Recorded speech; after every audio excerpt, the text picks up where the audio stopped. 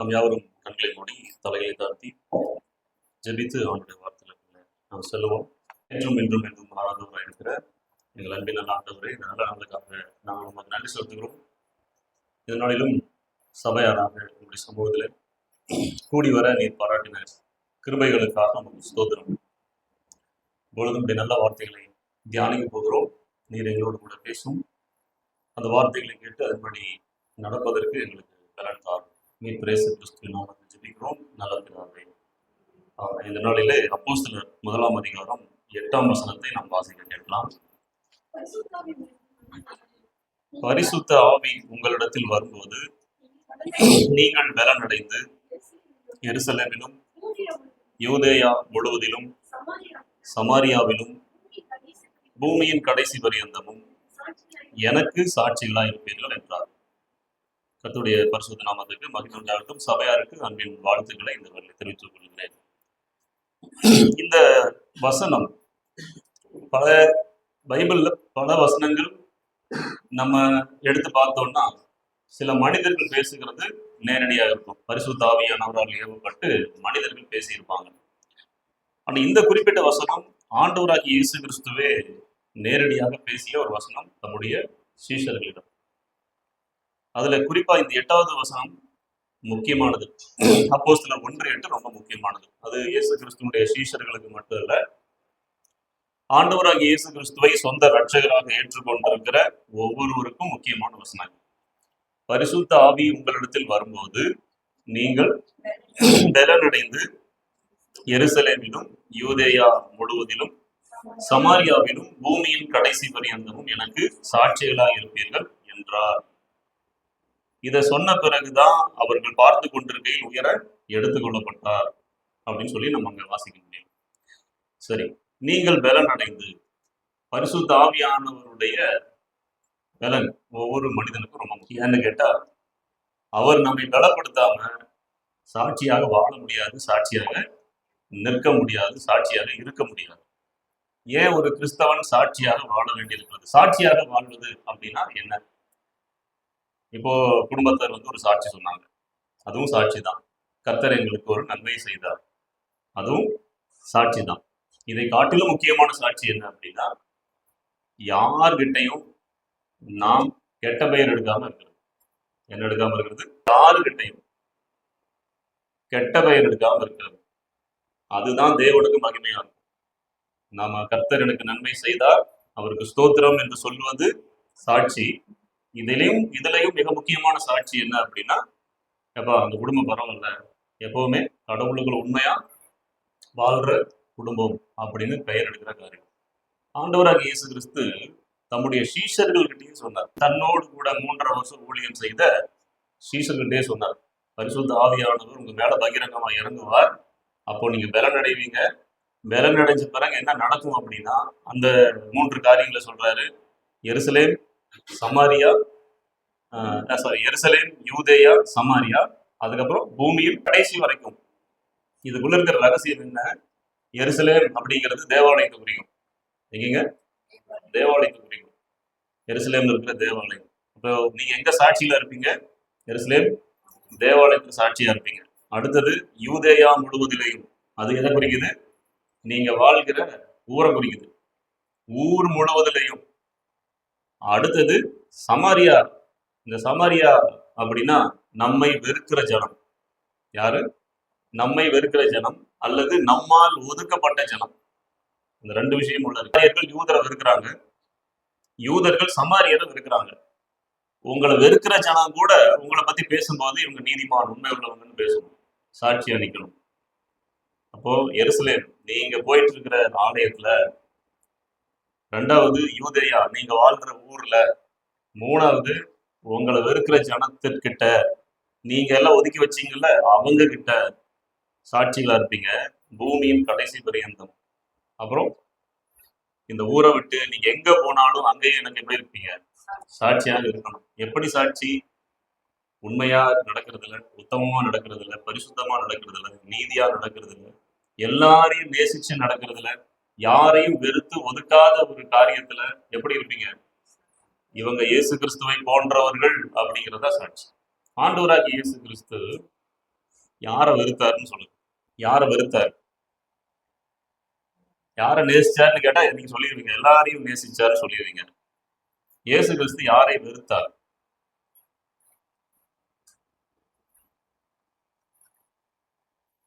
எதுவுமே பதில் இல்லையா?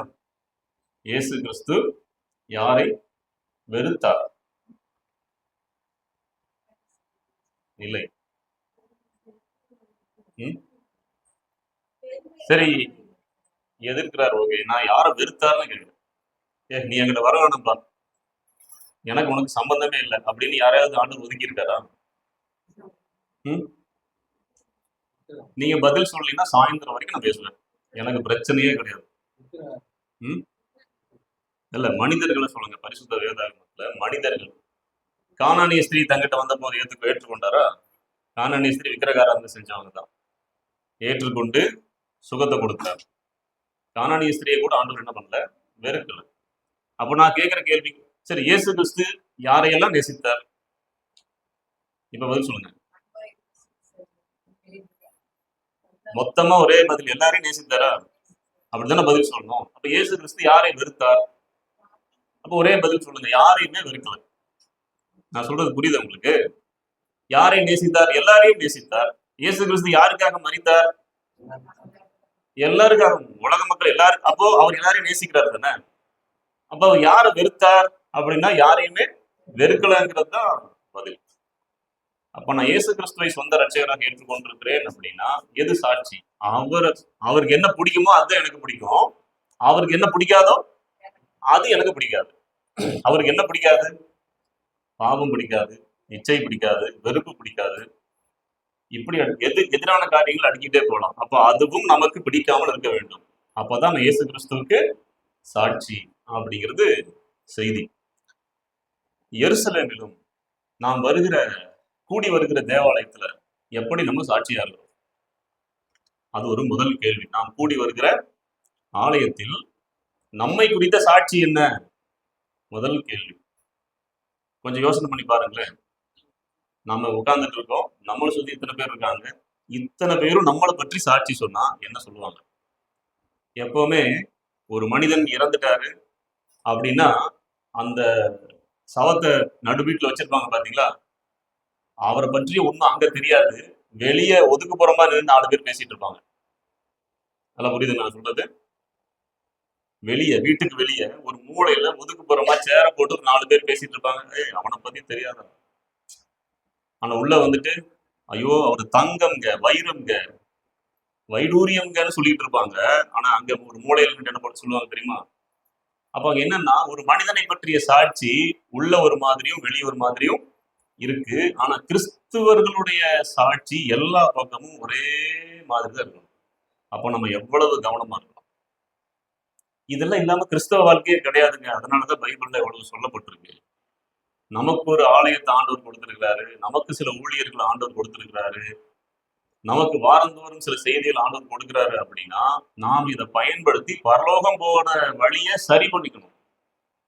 ஆனா இன்னைக்கெல்லாம் உலகத்துல இருக்கிற டெக்னாலஜி, உலகத்துல வருகிற பாவம் செய்வதற்காக வருகிற வாய்ப்புகள் எல்லாத்துலயும் மனிதன் சிக்கி சீரழிஞ்சிட்டு இருக்கான். சின்ன பிள்ளைங்கள்ல இருந்து பெரியவங்க வரைக்கும் சிக்கி சீரழிஞ்சிட்டு இருக்காங்க. காரணம் என்ன அப்படின்னா, பிசாசானவன் அவங்க மேல வைக்கிற தாக்கம் அந்த அளவுக்கு இருக்கு. பண ஆசை அந்த அளவுக்கு இருக்கு. சிலர்லாம் பாருங்க, ஒரு 10 லட்சம் சொன்னா அப்படின்னு வாயை குழப்பாங்க. 50 லட்சம் அப்படின்னா செத்தே போயிடுவாங்க. ஏன்னா பணம் வெறி அந்த அளவுக்கு இருக்கு. எது இருந்தாலும் இல்லாவிட்டாலும் ஒரே போல இருக்கிறது தான் கிறிஸ்தவ வாழ்க்கை. ஒரே போல. உண்மை சொல்ல போனா பெரிய பெரிய பணக்காரங்கள்லாம் அவ்வளவு தாழ்மையோட நடந்துக்குவாங்க. பெரிய பெரிய பணக்காரங்க அவ்வளவு தாழ்மையா நடந்துக்குவாங்க. நானும் நம்ம ஐயா ஸ்டான்லி ஐயாவும் ஒரு நபரை சந்திக்க போனோம். பொள்ளாச்சி ஆனமலையில சந்திக்க போனோம். பயங்கரமான கோடீஸ்வரர். என்ன வெளியே ரிசப்ஷன் உட்கார வச்சுக்கிட்டு அவர் உள்ள போயிட்டாரு. சசி கூப்பிடுற அப்புறம் வாங்கன்ட்டு போயிட்டாரு. அந்த ஓனர் எனக்கும் தெரிஞ்சவர் தான். ஒரு 10 நிமிஷம் கழிச்சு என்னையும் உள்ள வர சொன்னாங்க. உள்ள போனோம். அவருடைய பெரிய டேபிள்ல இருந்து எந்திரிச்சு நின்று என்ன ரிசீவ் பண்றாரு. ஐயா வாங்க அப்படின்னு சொல்லிட்டு என்ன பண்றாரு. அப்படி எந்திரிச்சு நிற்க வேண்டிய அவசியம் அவருக்கு இல்ல. ஆனா அப்ப யோசிச்சு பார்த்தேன், சரி, அவ்வளவு பெரிய மனிதனாக இருந்தாலும் எவ்வளவு பெரிய தாழ்மையோடு நடந்து கொள்ளுகிறார். ஆனா திடீர் பணக்காரங்க என்ன பண்ணுவாங்க அப்படின்னா, எல்லாரையும் ஒரு படி கீழே வச்சுக்கோ, திடீர் பணக்காரன். சரி, அதை விடுவோம். ஆனா கிறிஸ்தவங்க அப்படி இருக்கக்கூடாது அப்படிங்கிறது தான் இந்த செய்தி நமக்கு சொல்லி தருகிறது. எருசலேம்ல அடுத்தது யூதேயா, நாம் வாழ்கிற ஊர்ல நம்முடைய சாட்சி எப்படி இருக்கிறது? நம்ம பக்கத்து வீடுகளில் போய் கேட்டு பார்த்தா தெரிஞ்சிடும்.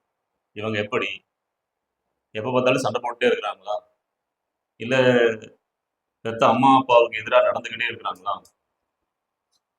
எல்லாம் தெரிஞ்சு போயிடும். 4 வீடு தெரிஞ்சு போயிடும். அங்கேயும் சாட்சியா இருக்கணும். அடுத்தது சமாரியா. இயேசு கிறிஸ்து ஏன் சமாரியான்னு குறிப்பிட்டு சொல்றாரு தெரியுமா? அங்க யூதேயா சமாரியான்னு 2 பிரிவு இருந்தது. அதனாலதான் சொல்றாரு. இந்த யூதர்கள் சமாரியர்களை ஒதுக்கி வச்சிருந்தாங்க. எப்படி வச்சிருந்தாங்க? எந்த அளவுக்கு ஒதுக்கி வச்சிருந்தாங்கன்னு சொல்லட்டுமா? அவங்களுக்குள்ள பழமொழி இருக்கு. எப்படிப்பட்ட பழமொழி? சமாரியாவின் அப்பம் பன்றிக்கறிக்கு சமம். அப்படின்னு சொல்லுங்க. சமாரியாவின் அப்பம் பன்றிக்கறிக்கு சமம்.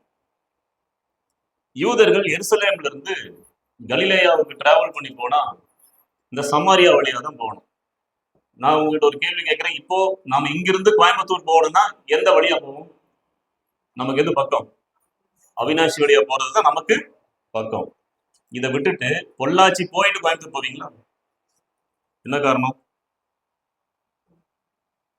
என்ன காரணம்? சரி, அந்த காலத்துல இயேசு கிறிஸ்து வாழ்ந்த காலத்துல அப்படியே 2 வழி இருந்தது. எருசலேம்ல இருந்து கலிலேயாவுக்கு போறதுக்கு 2 வழி இருந்தது. ஒண்ணு சமாரியா வழியா, அது அவினாசி வழி. இன்னொன்னு பொள்ளாச்சி வழி, அது கொஞ்சம் சுத்து. இங்கிருந்து பொள்ளாச்சி போறதுக்கு 2 மணி நேரம், அங்கிருந்து கோயம்புத்தூருக்கு 1 மணி நேரம், 3 மணி நேரம் ஆகும்னு வச்சுக்கோங்களேன். இங்க போறதுக்கு 1 மணி நேரம் ஆகும். இந்த 1 மணி நேரம் ரொம்ப எளிதா இருக்குமா, 3 மணி நேரம் எளிதா இருக்குமா? சரி, அந்த காலத்துல பஸ், பைக் அதெல்லாம் கிடையாது, நடந்துதான் போகணும். இங்கிருந்து கலிலேயாவுக்கு சமாரியா வழியா போனா, எருசலேம்ல இருந்து சமாரியாவுக்கு போனா 3 நாள்ல போயிடலாம். எத்தனை நாளுங்க? 3 நாள் பிரயாணம். ஏன்னா சமாரியா வழியா போறது பக்கம். ஆனா பொள்ளாச்சி வழியா சமாரியா போறாங்க பாத்தீங்களா, அது வந்து யோர்தான், எரிகோ இந்த வழியா டிராவல் பண்ணி போகணும். அப்படி போறதுக்கு 6 நாள் ஆகும். எவ்வளவு நாள் ஆகும்? சரி, நீங்க புத்திசாலியா இருந்தா எந்த ரூட்டை தேர்ந்தெடுப்பீங்க? ரொம்ப பக்கமா போறது இதுதான்ப்பா. இன்னொன்னு எரிகோ வழியா போனா கல்லர்கள் அதிகம். இயேசு கிறிஸ்து ஒரு ஓமையில சொல்றாரு இல்லையா, எரிகோ வழியா போனா கல்லர்கள் கையில் அகப்பட்டான் அப்படின்னு. அது வந்து காடு, அப்புறம் யோர்தான் பள்ளத்தாக்கு, இதெல்லாம் வந்து பாறைகள் ரொம்ப அதிகமா இருக்கும். ஏறி இறங்கி மலை பிரயாணம் மாதிரி பண்ணி போகணும். அதை அதிகமா விரும்ப மாட்டாங்க. அப்போ பிரயாணத்துல சிரமமும் இருக்கு, திருடனும் இருக்கிறாங்க. எதுல? அந்த வழியா பொள்ளாச்சி வழியா பயந்து போறதுக்கு, எரிகோ வழியாவும் யோர்தான் வழியாவும் கலிலேயா போறதுக்கு. ஆனா இந்த யூதர்கள் எப்படிப்பட்ட ஆளுக அப்படின்னா, சமாரியா வழியா போகாம எப்பவுமே எரிகோ வழியா தான் போவாங்க.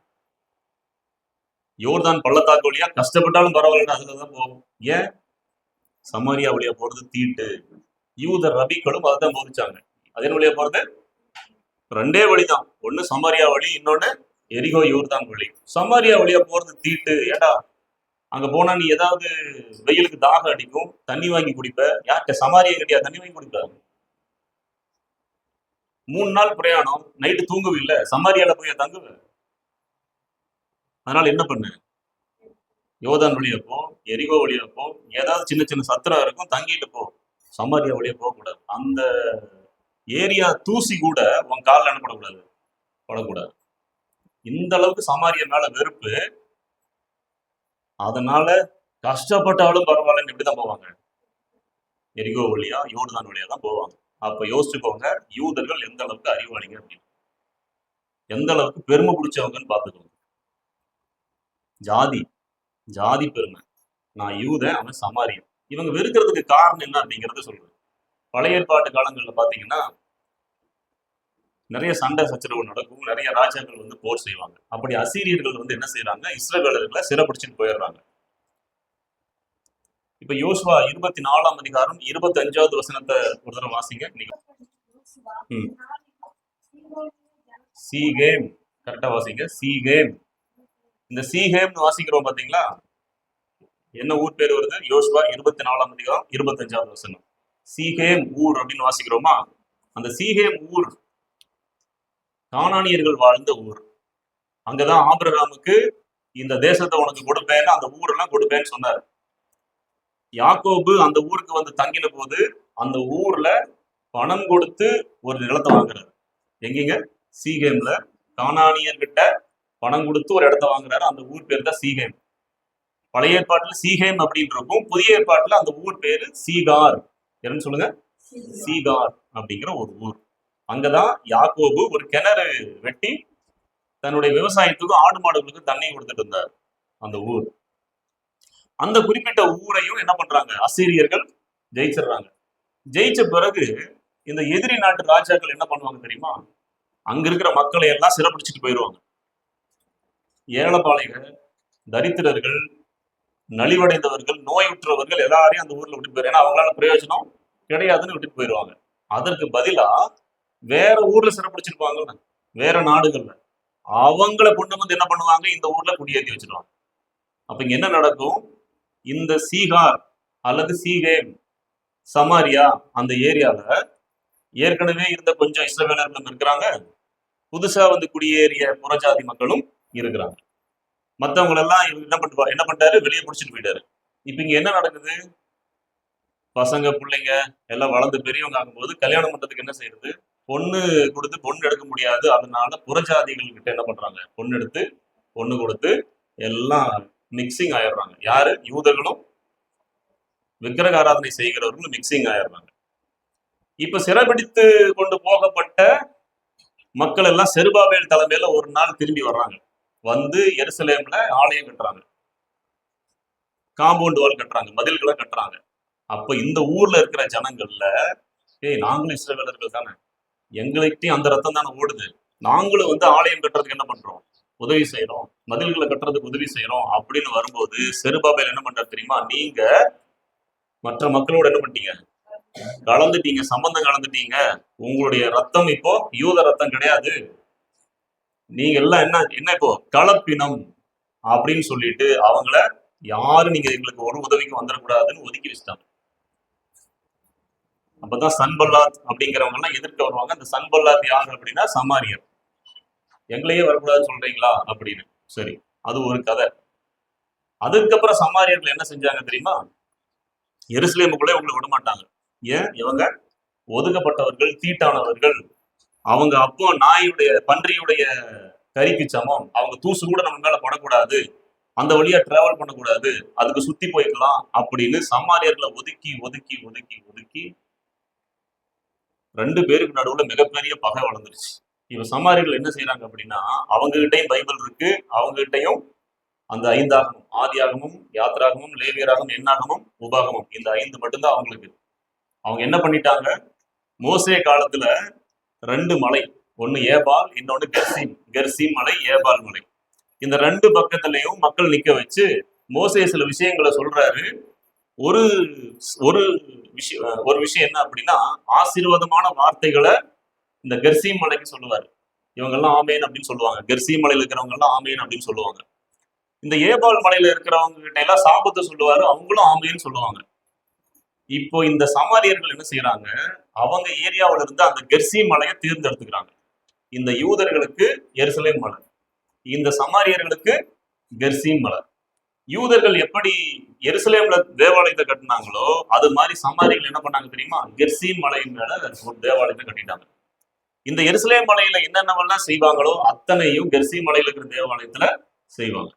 காலப்போக்குல சண்டை பெருசாகும் போது ஒரு யூத ராஜா, ஒரு யூத மன்னன் என்ன பண்ணிட்டான் அப்படின்னா, இந்த சமாரியா மேல போர் தொடுத்து கெர்சீம் மலை மேல இருந்த தேவாலயத்தை இடிச்சு தள்ளி தரமட்டம் வைக்கிட்டான். இதனால சமாரியர்கள் யூதர்கள் மேல பயங்கர வெறியா இருப்பாங்க. இவங்க ஒதுக்குனாங்கன்றது வேற, தள்ளுனாங்கன்றது வேற. ஆனா அந்த சமாரியர்கள் எப்பவுமே எப்படி இருப்பாங்க?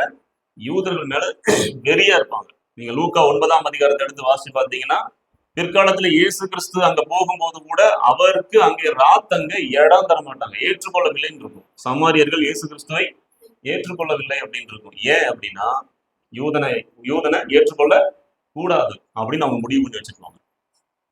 இப்படி பிரச்சனை நடந்துட்டு இருக்கா. இப்போ யோவான் 4ஆம் அதிகாரத்துக்கு வாங்க, 2ஆம் வசனத்தை வாசிங்க.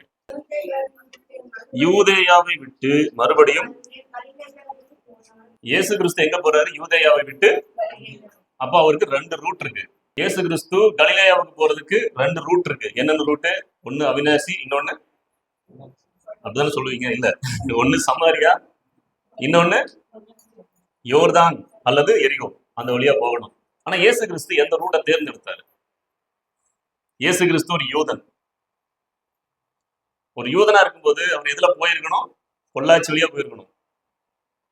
ஆனா இவர் எதை தேர்ந்தெடுக்கிறார் தெரியுமா? அந்த வசனத்தை வாசிங்க, 4வது வசனத்தை வாசிங்க. அவர் சமாரியா நாட்டின் வழியாய் போக வேண்டியதாய் இருந்தபடியால். இந்த ரூட்டை செலக்ட் பண்றது யாரு தெரியுமா? ஆண்டவராகிய இயேசு கிறிஸ்து. இயேசு கிறிஸ்து இந்த பூமிக்கு வந்தபோது யாருக்காக வந்தார்? இஸ்ரவேலருக்காக வந்தாரா? யூதர்களுக்காக வந்தாரா? எல்லாருக்காகவும். அப்ப ஆண்டவராகிய இயேசு கிறிஸ்து தம்முடைய சீஷர்கள்ட்ட அப்போஸ்தலர் 1:8 என்ன சொல்றாரு? பரிசுத்த ஆவி உங்கள் மேல் வரும்போது நீங்கள் பலன் அடைந்து எருசலேமிலும் நான் ஆலயத்துக்காகவும் வந்திருக்கிறேன், யூதேயாவிலும் உங்க ஊருக்காகவும் வந்திருக்கிறேன், சமாரியாவிலும், சமாரியா நீங்க யாரை வெறுத்து ஒதுக்கி தள்ளிட்டு இருக்கிறீங்களோ அவங்களுக்காகவும் நான் வந்திருக்கிறேன். அப்புறம் பூமியும், ஆமா, இந்த பூமியில் இருக்கிற அத்தனை பேருக்காக நான் வந்திருக்கிறேன். அதனால இயேசு கிறிஸ்து யாரை வெறுத்து ஒதுக்கி தள்ளல. இவ்வளவு காலம் யூதர்கள் யோர்தான் வழியா எரிகோ வழியா போயிட்டு இருந்தாங்க. ஆனா நான் இப்ப எப்படி போக போறேன்? சமாரியா வழியா தான் போக போறேன்னு அந்த சீஷர்களையும் கூட்டிட்டு போறாரு. நல்லா நான் சொல்றது புரியுதா உங்களுக்கு? எல்லாராலும் வெறுக்கப்பட்ட ஒதுக்கப்பட்ட சமாரியாவை தேடி இயேசு போறார். ஏன்னா ஆண்டவருடைய முன்குறிப்பு எப்போ எங்க எப்படி நடக்கணுமோ அப்படி மிகச்சரியாக நடக்கும். சமாரியாவுக்கு போகிற ஆண்டவர் இயேசு கிறிஸ்து வேத பாரகரையோ பரிசேயரையோ இல்ல ஊழியர் செஞ்சுட்டு இருந்தவங்களையோ தேடி போகல. அவர் தேடி போன ஒரு நபர் யாரு தெரியுமா? யூதர்கள் எல்லாம் சமாரியாவை ஒதுக்கி வச்சிருந்தாங்க. ஆனா மொத்த சமாரியாவும் ஒருத்தரை ஒதுக்கி வச்சிருந்தது. யார் அப்படின்னா அந்த சமாரிய ஸ்திரீ அப்படின்னு பாக்குறோமே, அவங்கதான். யூதர்கள் சமாரியாவை ஒதுக்கி வச்சிருந்தாங்க. ஆனா சமாரியா தனக்குள்ள இருந்த ஒரு பெண்ணை ஒதுக்கி வைத்திருந்தது. இயேசு யாரா தேடி போறாரு தெரியுமா? சமாரியாவுக்குள்ள போய் சமாரியாவால் ஒதுக்கப்பட்ட ஒரு பெண்ணோடு கூட பேச போகிறார். ஏன் அப்படின்னா அந்த அம்மாவை இயேசு கிறிஸ்து எப்பவோ முன்குறிச்சு வச்சிருக்கிறார். பெண்கள் அப்படின்னாலே அவங்க தண்ணி எடுப்பாங்க. எப்ப தண்ணி எடுப்பாங்க? நம்மள குடம் சுமந்த அனுபவம் இருக்கா? குடத்துல தண்ணி எடுத்த அனுபவம் இருக்கா? இந்த காலத்துல யாருக்கு அது தெரியாது. ஆனா எங்க வயசுல, சின்ன வயசுல இருந்து பார்த்தோன்னா திருப்பூர்ல இருந்த தண்ணீர் பஞ்சம் உலகத்திலே இருந்திருக்காது. அப்படி திருப்பூருக்கு பொண்ணு கொடுக்காதீங்கடான்ருவாங்க. என்ன சொல்லிடுவாங்க? திருப்பூருக்கு பொண்ணு கொடுக்காதீங்கடா, போனா கஷ்டப்படுவா. அப்ப எங்களுக்கு எல்லாம் கல்யாணம் ஆனது மிகப்பெரிய கிருபை. ஏன்? குடத்தை வச்சு தண்ணி எடுக்கணும், லைன்ல போய் நிக்கணும், காசு கொடுக்கணும், டோக்கன் வாங்கணும், லாரி தண்ணியில கொண்டாந்து விடுவாங்க. எப்போ வரும்னு தெரியாது, எப்போ நிக்கும்னு தெரியாது. அப்படிப்பட்ட ஒரு அப்படியும் எப்ப தண்ணி எடுக்க போவாங்க அப்படின்னா வெயில் இல்லாத நேரத்துல முடிஞ்ச வரைக்கும் எடுத்துட்டு வந்தாங்க. ஒன்னா காலையில நேரம், இல்லைன்னா சாயந்தரம் வெயில் தாழ்ந்த பிறகு. இது பெண்களுடைய வழக்கம். ஆனா அந்த சமாரிய ஸ்திரீ 6ஆம் மணி வேளையில் யாக்கோபின் கிணற்றண்டை வந்தார். முன்னாடி வரலாறு சொன்ன இல்லையா, யாக்கோபு வாங்கின இடம் அப்படின்னு. அந்த இடம் தான் இது. இங்க சீகார்னு போட்டிருக்கும் பாருங்க. சீகார் என்னப்பட்ட அந்த சீகார் தான் சீகேம். சீகேம் யோசுவா புஸ்தகத்துல வாசிச்சோமே, அந்த சீகேம் தான் இது சீகார். சமாரியா அப்படிங்கிற நாடா இப்ப இருக்கு. அவங்க 6ஆம் மணி வேளையில் தண்ணி எடுக்க வந்திருக்கிறாங்க. என்ன காரணம்னா யாருமே வராத ஒரு சிச்சுவேஷனை தேர்ந்தெடுத்து வராங்க. ஏன் ஒதுக்கி இருக்கிறாங்க அப்படின்னா 5 புருஷர்கள் உனக்கு இருந்தார்கள். எப்படி சொல்றாங்க ஆண்டவர்? வீட்டுக்காரரை கூட்டு வாப்பா அப்படின்னா எனக்கு வீட்டுக்காரரு இல்லைங்க. ஆனா ஆண்டவர் சொல்றாரு உனக்கு 5 புருஷர் இருந்தாங்க, இப்பொழுது இருக்கிறவனும் உனக்கு புருஷன் இல்லை. அப்படின்னா திருமணம் ஆகாமையே வாழ்ந்து, அந்த காலத்துல ஏதோ இந்த அம்மா 6 பேரை வச்சு வாழ்ந்துட்டு இருக்கிறாங்கன்ற அர்த்தம் கிடையாது. அந்த 6 பேர் இந்த அம்மாவை பயன்படுத்திட்டு இருக்கிறாங்கன்னு அர்த்தம். ஏன்னு கேட்டா பெண்களுக்கு அந்த அளவுக்கு தான் சட்டபூர்வமான உரிமை இருந்தது. ஒருத்தன் விவாகரத்துன்னு ஒரு பெண் போய் கோர்ட்ல எழுதி கொடுக்க முடியாது, எனக்கு டைவர்ஸ் கொடுங்க எழுத முடியாது, சட்டம் அனுமதிக்காது. வீட்டை விட்டு வெளியே வரணும்னா கூட ஒரு ஆண் துணையோடு தான் வரணும், தனியா வரக்கூடாது. முக்காடு போட்டு தான் வரணும், முகத்தை மறைச்சிட்டு தான் வரணும். படிப்பு கிடையாது, படிப்பறிவு கிடையாது, படிப்பு சொல்லி கொடுக்க மாட்டாங்க. அப்போ பெண்களை எந்த அளவுக்கு ஒரு ஆண் வர்க்க பயன்படுத்தி கொள்ள முடியுமோ அந்த அளவுக்கு அடக்குமுறையோடு பயன்படுத்தி கொண்டு இருப்பாங்க. இதுதான் என்னங்க பைபிள்ல இப்படி இருக்கா அப்படின்னு? ஆமா, அந்த காலத்துல அப்படிதான் இருந்துச்சு. ஆண்டவராகிய இயேசு கிறிஸ்து பொது வெளியில ஆண்கள் பெண்களோடு பேச மாட்டாங்க. ஏன்னா அந்த ஒரு யூதன் அப்படின்னா, ஒரு ஆண் யூதன் அப்படின்னா அவனுக்குள்ள இருக்கிற பெருமை உலகத்துல எவனுக்குமே இருக்காது. அவன் பண்ற ஜெபம் எப்படிப்பட்டது தெரியுமா? ஏற்கனவே சொல்லியிருக்கிறேன். ஆண்டவரே, நான் பெண்ணாக பிறக்காததற்காக உங்களுக்கு ஸ்தோத்திரம், நான் ஒரு புறஜாதியாக பிறக்காததற்காக உங்களுக்கு ஸ்தோத்திரம், நான் ஒரு நாயாக பிறக்காததற்காக உங்களுக்கு ஸ்தோத்திரம் சொல்லி ஜெபம் பண்ணுவாங்க. பெண்ணாக பிறக்காததற்காக, புறஜாதியாக பிறக்காததற்காக, நாயாக. அப்ப அந்த யூதன் ஒரு பெண், புறஜாதி, நாய் மூணையும் ஒரே மாதிரி தான் வச்சு பார்க்கலாம். அப்ப எப்படிப்பட்ட பெருமையில் இருப்பாங்க. ஆனா இயேசு கிறிஸ்து அப்படிப்பட்டவர் அல்ல. புறஜாதி மக்களை ஏற்றுக்கொண்டார். கானானிய ஸ்திரீட்டு ஒரு வார்த்தை சொல்லுவார் தெரியுமா? பிள்ளைகளின் அப்பத்தை எடுத்து நாய்க்குட்டிகளுக்கு, எப்படி சொல்றாரு? தன்மையா. எல்லாரும் அதுதான். ஏன்னா கூட இருந்தவங்களுக்குள்ள தெரியும் அவங்க புறஜாதி நாய் மாதிரி அப்படின்னு யோசிப்பாங்கல்ல. ஆனா இயேசு சொல்றாரு நாய்க்குட்டிகள். மேஜையில இருந்து விழுகிற துணிக்கையை நாய்க்குட்டிகள் சாப்பிடுமே ஆண்டவரே அப்படின்னு ஒண்ணுதான் ஆண்டவர் சொல்றாரு. உங்க விசுவாசம் பெரிது, கனப்படுத்துறாரு. அந்த கனப்படுத்துறதுக்காக தான் அந்த வார்த்தையை மற்றவர்கள் முன்னால் அவர் பயன்படுத்துறாரு. சரி, அதை விடுங்க. தண்ணீர் கொள்ளுவதற்கு மத்தியானம் 12 மணிக்கு வந்த இந்த சகோதரிகள் ஆண்டவருக்கு ஏதாவது கொண்டு வரலாம், உணவு பதார்த்தங்களை கொண்டு வரலாம்னு ஊருக்குள்ள போயிட்டாங்க. அவங்க திரும்பி வரல. ஏன் வரல? வந்தவல்ல யூதன், அவனுக்கு ஒரு அப்பத்தையும் கொடுக்காதேன்னு எல்லாம் சொல்லியிருப்பாங்க. யார் சொல்லியிருப்பாங்க? ஊர்ல சொல்லியிருப்பாங்க. ஏய், அவங்க யூதர்கள் தான், அவனுக்கு அப்பத்தை கொடுக்காத. ஏன்? நீ அப்பத்தை கொடுத்தா அவன் தின்னு போட்டு என்ன தெரியுமா சொல்லுவான்? சமாரியர்களின் அப்பம் எதுக்கு சமம்? பன்றிக்கறிக்கு சமம்னு சொல்லிட்டு போவான். நம்ம ஊர் தூசு கூட அவன் காலில் ஒட்டக்கூடாதுன்னு ஜாக்கிரதையா எப்படி போவான்? யோர்தான் வழியா, பொள்ளாச்சி வழியா, எரியோ வழியா போயிட்டு இருப்பான். இன்னைக்கு ஏதோ ஒரு காரணத்துக்காக வந்திருக்கிறான், அவனுக்கு பசிக்குது, நம்ம சாப்பாடு கேட்கறான், கொடுக்காத. அதனால அவங்க வர்றதுக்கு தாமதம் ஆகுது. இப்பதான் இயேசு கிறிஸ்து இந்த சகோதரியோட பேசிட்டு இருக்கிறார். அந்த வசனத்தை சொல்றேன், நான் வாசிங்க. 8வது வசனத்தை வாசிங்க. மொல்ல வந்தால் இயேசு அவளை நோக்கி, இந்த இந்த வார்த்தை, இந்த வசனம் இருக்குது பாத்தீங்களா? நம்ம அந்த அப்போஸ்தலர் 1:8 வாசிச்சோமே, அந்த வசனம் எப்படி முக்கியமான வசனம் சொன்னேன்? எருசலேம், யூதேயா, சமாரியா, பூமியின் கடைசி பரியந்தம் சாட்சிகளா இருக்கணும்னு. அந்த சாட்சிகளாக மாற்றுவதற்கு ஆண்டவராக இயேசு கிறிஸ்து செய்த ஒரு புரட்சிகரமான செயல் இந்த வசனத்துல தான் இருக்கு. ஏன்? சமாரியர்களோடு யூதர்கள் சம்பந்தம் கலக்க மாட்டார்கள், அவர்களை அருவருப்பார்கள், வெறுத்து ஒதுக்கி தள்ளுவார்கள். அதான் ஆண்டவர் இங்க பிரேக் பண்றாரு, உடைக்கிறாரு. ஆண்கள், யூத ஆண்கள் பெண்களோடு பேசுறத அவ்வளவு தீட்டா நினைப்பாங்க, நாயோடு பேசுகிறது போல நினைப்பாங்க, அவ்வளவு அருவருப்பா நினைப்பாங்க. ஆனா இயேசு கிறிஸ்து அதையெல்லாம் உடச்சு தள்ளிட்டு தாகத்துக்கு அதுக்குதான் அந்த அம்மா சொல்றாங்க. அடுத்த வசனத்தை பாருங்க. யூதர்கள் சமாரியருடனே சம்பந்தம் கலவாதவர்கள் ஆனபடியால் சமாரியா ஸ்திரீ அவரை நோக்கி, நீர் யூதனா இருக்க சமாரிய ஸ்திரீயாக என்னிடத்தில் தாகத்துக்கு தா என்று எப்படி கேட்கலாம்? ஏன் கேட்கறீங்கன்னு கேட்கல, எப்படி கேட்கலாம்?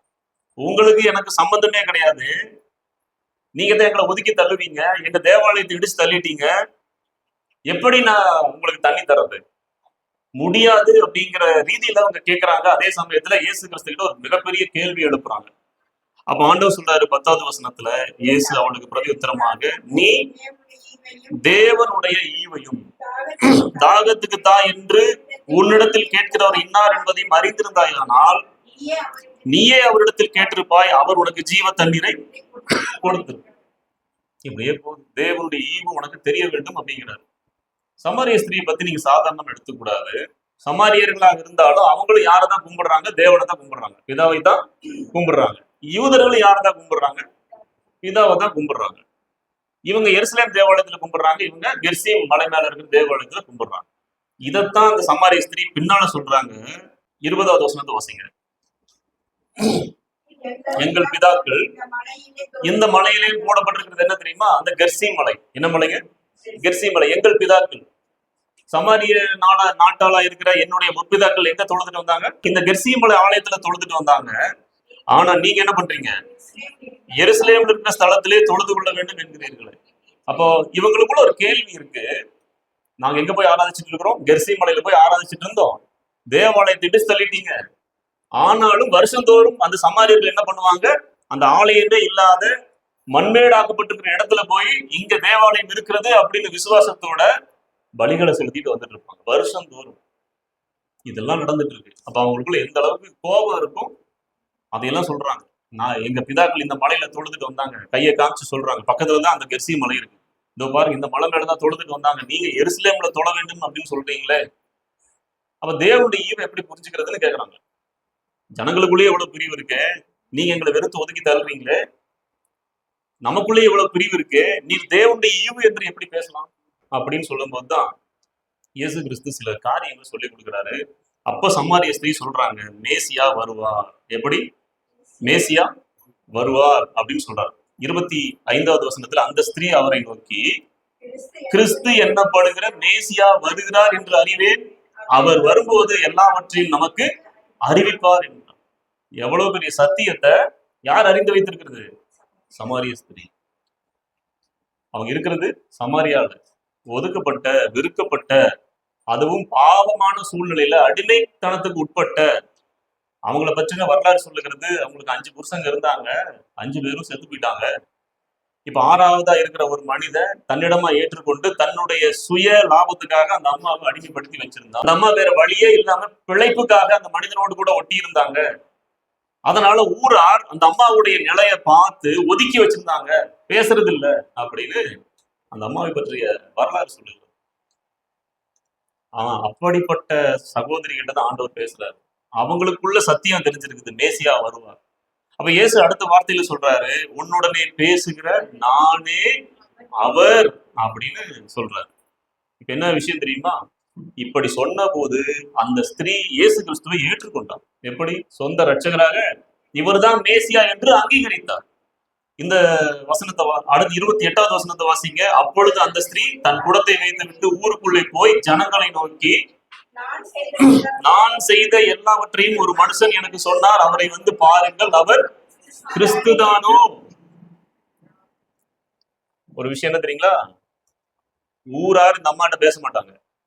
நல்லா புரிஞ்சுக்கோங்க, ஊரார் இந்த அம்மாட்ட பேச மாட்டாங்க. என்ன காரணங்கிறத முன்னாடியே சொல்லிட்டேன். இந்த அம்மாவும் ஊரார்கிட்ட பேசுறது இல்லை, வேற வழியே இல்லை. ஏன்னா எல்லாம் ஒதுக்கி வச்சிருக்கிறாங்க. தன்னந்தனியா ஒதுக்குப்புறமா மூடி மறைச்சு ஒரு வாழ்க்கையை வாழ்ந்துட்டு இருக்கிறாங்க. அவங்களுக்கு சத்தியம் தெரியுது. ஆனா இப்போ இயேசு கிறிஸ்துவை பார்த்து அறிந்த போது ஊருக்குள்ள போய் சத்தமிட்டு எல்லார்கிட்டையும் சொல்றாங்க. என்ன சொல்றாங்க? நான் செய்த எல்லாவற்றையும் சொன்னார், அவர் தீர்க்கதரிசி என்று காண்கிறேன் அப்படின்னு சொல்லி ஊர் ஜனங்கள் எல்லாம் வந்து பார்க்க வச்சு இயேசு கிறிஸ்து அவர்களுக்கு உபதேசிக்கிறார். அப்ப அந்த ஜனங்கள் சொல்றாங்க, 41, 42 வாசிங்க. அப்பொழுது அவருடைய உபதேசத்தின் நிமித்தம் இன்னும் அநேக பேர் விசுவாசித்து, உன் சொல்லி நிமித்தம் அல்ல, அவருடைய உபதேசத்தை நாங்களே கேட்டு அவர் மெய்யாய் கிறிஸ்துவாகிய உலக ரட்சகர் என்று அறிந்து விசுவாசிக்கிறோம். 39வது வசனத்தை பாத்தீங்கன்னா, அங்க கொஞ்சம் பேர் விசுவாசிப்பாங்க. இப்ப இன்னும் கொஞ்சம் பேர் வந்து ஊரார் வந்து இயேசு கிறிஸ்துவை கிறிஸ்து என்று விசுவாசித்து ஏற்றுக்கொள்ளுகிறார்கள். அப்போ இயேசு கிறிஸ்து சமாரியாவுக்கு வந்தார், அவர் ஏற்றுக்கொண்டார். யாரை ஏற்றுக்கொண்டார்? சமாரிய ஸ்திரீயை ஏற்றுக்கொண்டார். சமாரிய ஸ்திரீ இயேசு கிறிஸ்துவை ஏற்றுக்கொண்டார். சமாரிய ஸ்திரீ இப்போ சாட்சியா ஊருக்குள்ள போய் சொன்னாங்க, ஊரார் வந்து பார்த்தாங்க, இயேசு கிறிஸ்து உபதேசித்தார், ஊரார் ஏற்றுக்கொண்டார்கள். கிறிஸ்தவ அன்பு அப்படிங்கிறது ஏற்றுக்கொள்ளுதல் தான் இருக்குதே தவிர வெறுத்து ஒதுக்குவதில் அல்ல. நான் சொல்றது விளங்கும் நினைக்கிறேன். எந்த மனுஷனையாவது நாம வெறுக்கிறோம் அப்படின்னு சொன்னா நாம இயேசு கிறிஸ்துவை நேசிக்கல அப்படிங்கிறதா உண்மை. பைபிளை தூக்கிட்டு வரலாம், ஊழியம் கூட செய்யலாம். நான் ஒரு மனிதனை வெறுக்கிறேன் அப்படின்னா இயேசு கிறிஸ்துவை நான் வெறுக்கிறேன் அப்படின்னு அர்த்தம். மற்ற மனிதர்களுடைய பழசை நம்ம யோசிச்சோம் அப்படின்னா தேவன் நம்முடைய பழசை யோசிப்பாரு. நம்முடைய நிலம் எப்படி? ஆண்டவரே, எனக்கு பழைய வாழ்க்கை வேண்டாம், பாவமான வாழ்க்கை வேண்டாம், என்னை மன்னிச்சிருங்க மன்னிச்சிருங்கன்னு கத்தி கதறி கூப்பாடு போட்டு தானே திருந்தி வந்து ஒரு வாழ்க்கை வாழ்ந்துட்டு இருக்கிறோம். ஆனா நாம் என்ன செய்வோம்? மற்ற மனிதர்களுடைய தவறை, பாவங்களை மன்னிக்காம நினைச்சு பார்த்துக்கிட்டே இருப்போம். ஏய், அவன் எனக்கு என்ன செஞ்சா தெரியுமா, இவன் எனக்கு என்ன செஞ்சா தெரியுமா, அந்த குடும்பம் எனக்கு என்ன செஞ்சது, இத மனசுல நினைச்சுக்கிட்டே இருந்தீங்க அப்படின்னா நரகம் போறதை பத்தி பேச முடியாது, பரலோகம் போறது ரொம்ப கஷ்டம். நரகம் போறதை பத்தி நம்ம பேசவே வேணும், பரலோகம் போறது ரொம்ப கஷ்டம். ஆனா இயேசு கிறிஸ்து தேடி வந்தார், சமாரியர்களை தேடி வந்தார். இயேசு கிறிஸ்து சமாரியர்களை தேடி வந்தார், பெரிய ஒரு மாற்றத்தை தந்தார். இதுதான் அவர் கொடுக்கிறது. இழந்து போனதை தேடும் ரட்சிக்கும் மனுஷகுமாரன் உலகத்தில் வந்தார். இதெல்லாம் முடிச்சுட்டு தான் கடைசியில பரலோகம் ஏறி போகும்போது சொல்றாரு சீஷர்களை பார்த்து, நீங்க சாட்சிகளாக இருப்பீங்க, பரிசுத்தாவியானவர் உங்க மேல வருவார், பலன் அடைவீங்க. அப்புறம் நீங்க என்ன பண்ண முடியும்? எருசலேம்ல தேவாலயத்துல சாட்சிகளா இருப்பீங்க, இருக்கணும். ரெண்டாவது யூதேயால, நீ ஓ நாடு ஓ ஊர்னு வச்சிருக்கிறியே, அங்கேயே நீ சாட்சியாக இருக்கணும். அடுத்தது சமாரியா, நீ ஒதுக்கி வச்சிருக்கிற, நீ அங்க போனாலும் அவன் மத்தவங்கள மாதிரி இல்லப்பா, இவன் தேவனுடைய பிள்ளை அப்படின்னு சாட்சியா இருக்கணும். அங்க மட்டும் இல்ல, உலகத்துல நீ எங்க போனாலும் சாட்சியா இருக்கணும். எப்படி சாட்சி? நம்ம ஊர்ல பயங்கர ஒரு ட்ரெண்டு, நம்ம தமிழ்நாட்டுல பயங்கர ஒரு ட்ரெண்டு பரவிட்டு, குடும்பத்துக்குள்ள ஒரு வாழ்க்கை. எப்படிங்க? குடும்பத்துக்குள்ள ஒரு வாழ்க்கை, ஆனா குடும்பத்தை தாண்டி வேற வாழ்க்கை. உலகத்துக்கு போயிட்டா வேற வாழ்க்கை. ஆலயத்துக்கு வரும்போது ஒரு வாழ்க்கை, ஆலயத்தை விட்டு வெளியே போனா ஒரு வாழ்க்கை. இயேசு கிறிஸ்து சமாரிய ஸ்திரீட சொல்றாரு, உனக்கு 5 புருஷர்கள் இருந்தார். அப்படின்னா புருஷர்கள் அப்படிங்கிறது கணவன் அப்படிங்கிறது இல்லை, ஆண்கள் அப்படின்னு அர்த்தம். எப்படின்னு சொல்லுங்க? உனக்கு 5 ஆண்கள் இருந்தார்கள். இப்பொழுது இருக்கிறவனும் உனக்கான ஆண் கிடையாது, உன்னை அடிமைப்படுத்தி வச்சிருக்கிறான். ஆனாலும் அந்த சூழ்நிலையிலையும் உன்னை ரட்சிக்க விரும்புறேன். அந்த ஆண்கள் புருஷர்கள் சொல்றது நம்ம பொறுத்த வரைக்கும் ஒரு அதிகாரம். எப்படி அதிகாரம்? நம்மை பணம் ஆளுகை செய்து கொண்டிருக்கலாம், சில மனிதர்கள் ஆளுகை செய்து கொண்டிருக்கலாம், உலக ஆசாபாசங்கள் நம்மை ஆளுகை செய்து கொண்டிருக்கலாம். இதெல்லாம் அந்த 5 புருஷர்கள் மாதிரி. சிலதெல்லாம் விட்டுருப்போம், சிலதை விட முடியாம தவிச்சுக்கிட்டு இருப்போம். அப்போ வெளியே பார்க்கும்போது ஒரு வாழ்க்கை, வீட்டுக்குள்ள அந்தரங்கத்துல பார்க்கும்போது ஒரு வாழ்க்கை, யாருடைய கண்ணுக்கு தெரியாம ஒரு வாழ்க்கை, உலகத்தார் பார்க்கறதுக்கே ஒருத்தன், உறவுகள் பார்க்கறதுக்கே ஒருத்தன். அப்படி இருந்தா எப்படி இருக்கும்? கடும் மோசமான வாழ்க்கை தானே. ஆனா ஆண்டவர் இயேசு கிறிஸ்து, இதுவரை நடந்தது போதும் மகனே மகளே, இதுவரைக்கும் நடந்தது போதும். சமாரிய ஸ்திரீ சொல்றான், அவரு சொல்றாரு, உனக்கு 5 பேர் இருந்தாங்க, இப்ப இருக்கிறவனுக்கு கணவன் அல்ல. உன் வாழ்க்கையை பத்தி எனக்கு தெரியும், நீ யார்கிட்டயும் வந்து உன்னை பத்தி எக்ஸ்பிளைன் பண்ண வேண்டாம். உன்னை பத்தி எனக்கு தெரியும், நீ அறிந்திருக்கிற சத்தியத்தின்படியான மேசியா நான் தான், என்னை ஏற்றுக்கொள், உன்னுடைய தாகத்தை நான் என்ன பண்ணுவேன்? தீர்ப்பேன். சமாரிய ஸ்திரீ ஒரு தாகத்தோடு இருந்தாங்க. உண்மையான கடவுள் யாரு? அங்கே அப்படி சொல்றாங்க, இங்கே எப்படி சொல்றாங்க? உண்மையான கடவுள் யார் அப்படிங்கிற தேடுதல் இருந்தது. அந்த தேடுதலோடு கூட இருந்த சகோதரியை இயேசு கிறிஸ்து தேடி வந்தார். யோர்தான் வழியா, எரிகோ வழியா போக வேண்டிய ஆண்டவர் சமாரியா வழியா வந்தார். அந்த வார்த்தை ரொம்ப முக்கியம். இந்த மலையில் மாத்திரமல்ல, எங்கும் பிதாவை தொழுது கொள்ளும் காலம் வருகிறதுன்னு இயேசு சொன்னார். அது ஒரு பெரிய தீர்க்க தரிசனம். அந்த தீர்க்க தரிசனத்துடைய நிறைவேறுதல் தான் நீங்களும் நானும் ரட்சிக்கப்பட்டு உட்கார்ந்துட்டு இருக்கிறதுக்கு காரணம். இந்த மலையில் மட்டுமல்ல, எந்த மலை? கெர்சிம்ல மட்டும் இல்ல, எருசலேம்ல மட்டும் இல்ல, எங்கும் பிதாவை தொழுது கொள்ளும் காலம் வருகிறது. தோமா இந்தியாவுக்கு வந்தாரு, ரட்சிப்புக்கான விதைகளை போட்டாரு. மிஷினரிகள் வந்தாங்க, ரட்சிப்புக்கான விதைகளை போட்டாங்க. நீங்களும் நான் நீங்க கிறிஸ்தவங்களா உட்கார்ந்துட்டு இருக்கிறோம். நம்முடைய அம்மா அப்பா இப்படி அல்ல, நம்முடைய தாத்தா பாட்டி அப்படி அல்ல, நம்முடைய கொள்ளு தாத்தா கொள்ளு பாட்டி அப்படி அல்ல. உண்மை அல்லாதவைகளை வணங்கி வந்தவர்கள் அவர்கள். அதுல இருந்து பிரிச்சு எடுத்து கொண்டு வந்து நம்மளுக்கு உட்கார வச்சிருக்கிறார். அப்படின்னா நாம எப்படிப்பட்ட ஜாக்கிரதையோடு நம்முடைய வாழ்க்கை வாழணும் தெரியுமா? வெறுமனே உடல் சுகத்துக்கு ஆசைப்பட்டு, வெறுமனே வீண் பெருமைக்கு ஆசைப்பட்டு பரிசுத்தத்தை இழந்து தவிக்கிற பிள்ளைகளா நாம் இருந்துடக்கூடாது. யார் இருந்துடக்கூடாது? நாம் இருந்துடக்கூடாது. பரிசுத்த வேதாகமத்துல எக்கச்சக்கமான உதாரணங்கள் உண்டு. ஆனா எப்படிப்பட்ட நிலைமைக்கு போனாலும் தூக்கி எடுத்த ஆண்டவராக இயேசு கிறிஸ்து நமக்காக இரட்சகராக இருக்கிறார். நம்முடைய வாழ்க்கை இதுவரைக்கும் நடந்தது பரவாயில்ல, ஆனா இனிமேல் ஒரு பரிசுத்தமான வாழ்க்கையை நான் வாழ்வேன்னு முடிவெடுத்தா தப்பிக்கலாம். சமாரிய ஸ்திரீய அன்னைக்கு பார்க்காம விட்டிருந்தா அந்த வாழ்க்கை அப்படியே போயிருந்திருக்கும்.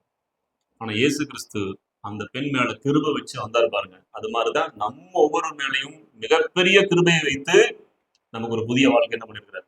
கொடுத்திருக்கிறாரு. பரிசுத்த ஆவியானவர் வார்த்தைகளா கொடுத்திருக்கிறாரு. நம்ம சாட்சிகளா வாழணும். எங்க? ஆலயத்துல, ஊர்ல, நம்மை வெறுக்கிற நாம ஒதுக்கி வச்சிருக்கிற அப்படின்னு நினைச்சுக்கிற அத்தனை பேர்கிட்டையும் சாட்சியா இருக்கணும். இந்த பூமியில எங்க போய் நின்னாலும் இவன் தேவனுடைய பிள்ளை அப்படிங்கிற சாட்சியோட வாழணும். அதுதான் ஆண்டவராக இயேசு கிறிஸ்து நமக்கு கொடுக்கிற அழகான செய்தி, அழகான அழைப்பு. கண்களை மூடி நம்ம ஜெபிக்கிறோம். நல்ல ஆண்டவரே, உண்மை நன்றியோடு துதிக்கிறோம், ஸ்தோத்திரிக்கிறோம். சொல்லப்பட்ட வார்த்தைகளுக்காக உங்களுக்கு ஸ்தோத்திரம். எங்களை தேடி வந்தீர், தேடி வந்தவர் மாத்திரமல்ல, எங்களோடு கூட உறவாடி நீர் உம்முடைய வார்த்தைகளை உபதேசத்தை கொடுத்தீர், ரட்சிப்பின் பாதையிலே வழிநடத்தினீர். உமக்கு ஸ்தோத்திரம். உம்மை தொழுது கொள்ளுகிறவர்கள் ஆவியோடும் உண்மையோடும் உம்மை தொழுது கொள்ள வேண்டும் என்று விரும்புகிறீர்.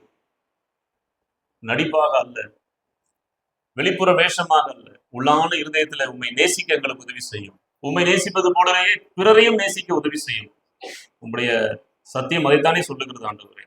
நீ உன்னை நேசிக்கிறது போல பிறனையும் நேசிப்பாயாக. தகப்பனே உமக்கு ஸ்தோத்திரம். நீர் வெறுக்கிறவைகளை நாங்க வெறுக்கட்டும், நீர் நேசிக்கிற எல்லாவற்றையும் நாங்க நேசிக்கட்டும். எங்களுக்கு கற்றுத்தார். சமாரிய ஸ்திரியை நேசித்து பேசினீர், உறவாடினீர். அந்த ஸ்திரீயை மட்டுமல்ல, அந்த ஊராரையே ரட்சிப்பின் பாதையில கொண்டு வந்தீர். உமக்கு ஸ்தோத்திரம். உலகம் எங்களை ஒதுக்கின போது, உறவுகள் எங்களை ஒதுக்கின போது, நீர் எங்களை நேசித்தீர், நீர் எங்களை தூக்கி எடுத்தீர். அதற்காக நன்றி செலுத்துகிறோம் ஆண்டவரே. உம்முடைய குணாதிசயங்களை எங்களுக்கு கற்றுத்தார். யார்கிட்ட எப்படி பேசணும், எப்படிப்பட்ட பழக்க வழக்கங்களை வைத்துக் கொள்ள வேண்டும், உம்மிடத்திலிருந்து நாங்கள் கற்றுக்கொள்ள உதவி செய்யும். தொடர்ந்து உடைய கிருபைக்கு கீழ்ப்பட்டு வாழ உதவி செய்யும். கர்த்தர் கொடுத்திருக்கிற கிருபையான வாழ்வை நாங்கள் வீணடிக்காதபடி, பணத்தின் மேலேயோ, பொருளின் மேலேயோ, அதிகாரங்களின் மேலேயோ, தேவையில்லாத மனிதர்கள் மேலேயோ ஆண்டவரே எங்களுடைய நம்பிக்கையை, எங்க விருப்பத்தை வைக்காம உம்முடைய சித்தத்தின்படி மட்டுமே கீழ்ப்படிந்து வாழ நீர் எங்களுக்கு கிருபை பாராட்ட வேண்டுகிறோம். எத்தனையோ பெண்கள், எத்தனையோ ஆண்கள், எத்தனையோ வாலிபர்கள், எத்தனையோ வாலிப பெண்கள் சீரழிந்து கிடக்கிறத நாங்கள் பார்க்கிறோம். ஆனாலும் உங்களுடைய கிருபை பெரியது. திரும்பவும் கட்ட நீர் வல்லவராக இருக்கிறீர். உமக்கு ஸ்தோத்திரம். எங்களை தாழ்த்துகிறோம், ஒப்புக் கொடுக்கிறோம். தொடர்ந்து உங்களுடைய வார்த்தைகளை சிந்தித்து பரிசுத்தமாய் வாழ உதவி செய்யும். இப்படிப்பட்ட வார்த்தைகள் எங்களுக்கு கிடைக்கும் போது ஞானமாய், அன்பாய் அவைகளை ஏற்றுக்கொள்ள நீர் எங்களுக்கு கிருபை தார். தொடர்ந்து எங்கள் மேல் கிருபை வைத்த உமக்கே நாங்கள் மகிமையை, துதியை, கணங்களை செலுத்துகிறோம். மீட்பர் இயேசு கிறிஸ்து நாமத்தில் ஜெபிக்கிறோம். ஜெபம் கேளு எங்கள் நல்ல பிதாவே. ஆமென், ஆமென். கர்த்தருக்கு மகிமை உண்டாவதாக.